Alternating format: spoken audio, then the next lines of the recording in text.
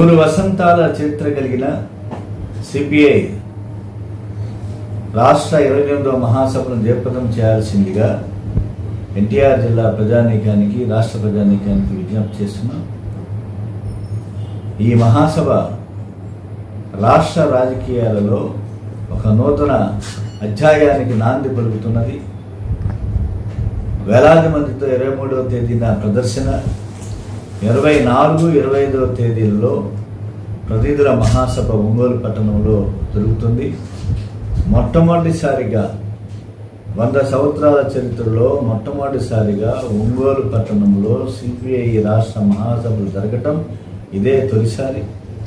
ఈ మహాసభ జయప్రదానికి అందరం కూడా కంకణధారులై ప్రతి ఒక్క సిపిఐ శ్రేణులు కూడా ఒంగోలు పురవీధుల్లో కదం తొక్కేటువంటి పరిస్థితి ఈనాడు ఉన్నది.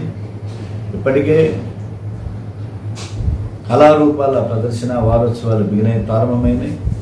రేపు 23వ తారీఖున సాయంత్రం ప్రదర్శన, బహిరంగ సభ.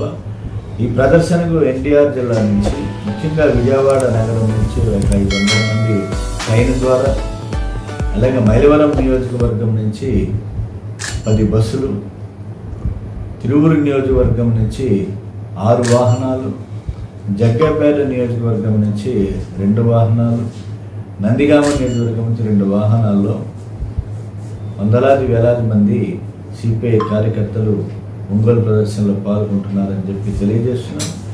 ఇదే సందర్భంలో మా పార్టీ జాతీయ సమితి కార్యదర్శి కామ్రేడ్ డి రాజా, సిపిఐ జాతీయ సమితి కార్యదర్శి కామ్రేడ్ నారాయణ గారు, సిపిఐ రాష్ట్ర కార్యదర్శి కామ్రేడ్ రామకృష్ణ గారు, తెలంగాణ పార్టీ రాష్ట్ర కార్యదర్శి నాయకులు, మాజీ ప్రస్తుత శాసనసభ్యులు కోనపనేని సాంబశివరావు, తదితర జాతీయ రాష్ట్ర రాజకీయ నాయకులందరూ కూడా పాల్గొంటారు. ఈ సభలో పెద్ద ఎత్తున ఎన్టీఆర్ జిల్లా నుంచి పాల్గొని సభను జయప్రదం చేయడం ద్వారా కేంద్రంలో, రాష్ట్రంలో కూటమి ప్రభుత్వం సాగిస్తున్న ప్రజా వ్యతిరేక పోరాటాలపైన, ఓట్ల చోరీపైన, అనేక ప్రజా సమస్యలపైన, స్మార్ట్ మీటర్ల బిగింపు పైన పెద్ద ఎత్తున పోరాట కార్యక్రమాలకు రూపకల్పన జరుగుతుంది.